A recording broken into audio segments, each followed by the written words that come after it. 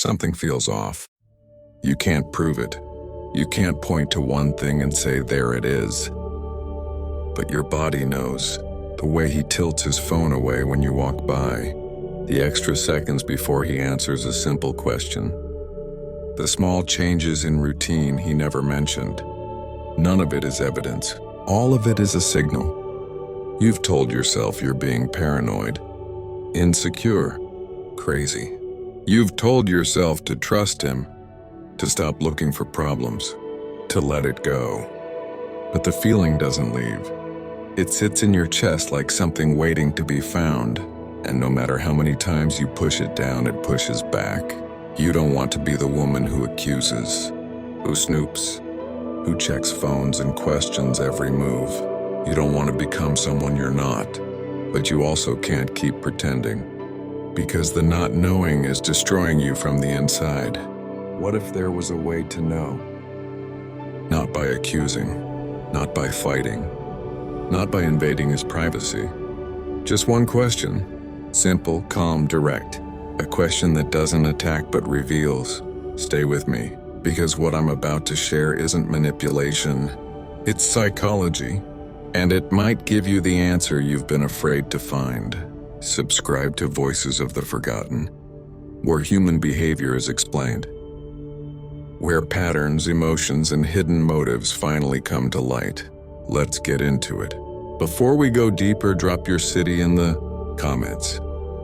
Phoenix, Vancouver, Liverpool, wherever you're watching from, and one word for how it feels to suspect but not know. Let me first tell you something about that feeling in your stomach. It's not paranoia. It may be pattern recognition. Neuroscience shows that your brain processes thousands of microsignals every day.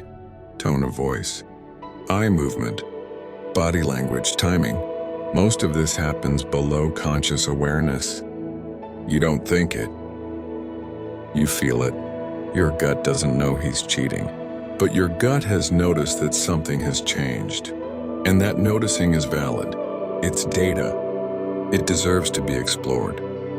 So stop calling yourself crazy. Your nervous system is trying to protect you. The only question is whether you're ready to listen. Here's the question. And before I tell you what it is, let me explain why it works. Psychology shows that lying creates cognitive load. The brain has to work harder to construct a false story than to recall a true one. This is why liars often pause before answering, add extra details nobody asked for, or deflect the question entirely. An innocent man responds to a simple question with a simple answer. A guilty man responds to a simple question with a defense. That difference is everything. The question is this: look at him. Not with accusation, not with anger, just curiosity, and ask, is there anything going on that I don't know about? That's it. No accusation, no evidence, no trap, just space for truth. Now watch what happens next. An innocent man will be confused. He might ask what you mean. He might laugh softly and say no. He might look you in the eyes and ask if something's wrong. His body will stay open. His voice will stay calm. He won't make you feel crazy for asking. He won't punish you with silence or rage. He might even ask what made you feel that way, and he'll listen to the answer without getting defensive, because he has nothing to hide, and people with nothing to hide don't fear questions. Now watch what a guilty man does. The first thing you'll notice is the delay, not a normal pause, a calculation. His brain is not searching for a memory. It's constructing a response. Clinical patterns show that deceptive responses often include specific markers. Repeating the question back to buy time. Answering a question you didn't ask. Providing excessive detail to seem believable. Then comes the deflection. Why are you asking me that? Where is this coming from? I can't believe you don't trust me. Notice what just happened. You asked a calm question, and suddenly you're the one being questioned. This is called DARVO. Deny, attack, reverse victim and offender.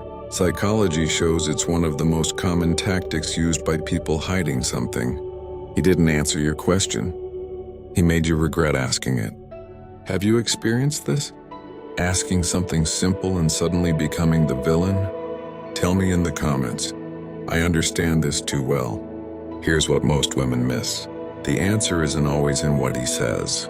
It's in how he makes you feel after you ask. If you walked away feeling heard, the truth was probably there. If you walked away feeling guilty for asking, the truth is probably hiding. Behavioral science reveals that your emotional response to someone's answer contains information. Honest responses create calm. Deceptive responses create confusion. If you feel more unsettled after the conversation than before, that's not paranoia. That's data. Pay attention to what happens in the days after you ask. Does he become more transparent or more distant? Does he reassure you with action or punish you with coldness? The response to the question is the first answer. The behavior after the question is the confirmation. Let me tell you something important. Healthy relationships can hold hard questions. In a safe partnership, you can ask anything, not because you're suspicious, but because transparency is the foundation. If asking a simple question creates a war, something has already broken. Not because you asked, but because he couldn't answer. Psychology shows that in secure relationships, partners welcome the chance to reassure each other. They don't punish curiosity. They don't weaponize vulnerability. They don't make you feel crazy for needing peace of mind. If you're afraid to ask, that tells you everything. Not about you, about the relationship. So what do you do now? You ask the question, and you trust your own experience of the answer. You don't accuse. You don't attack. You simply open a door and see what walks through it. And if the answer brings peace, you move forward together. But if the answer brings confusion, deflection, rage, guilt, then you have your answer, even if he never admits the truth. His reaction already told it. You're not crazy for feeling what you feel. You're not paranoid for noticing what you notice. And you're not wrong for wanting honesty from someone who promised it to you. So let me take you back to where we started. You're lying awake. Something feels off. You can't prove it, but you know. Now you have a question. Not to trap him, not to accuse him, but to give truth a doorway. What he does with that doorway will tell you everything.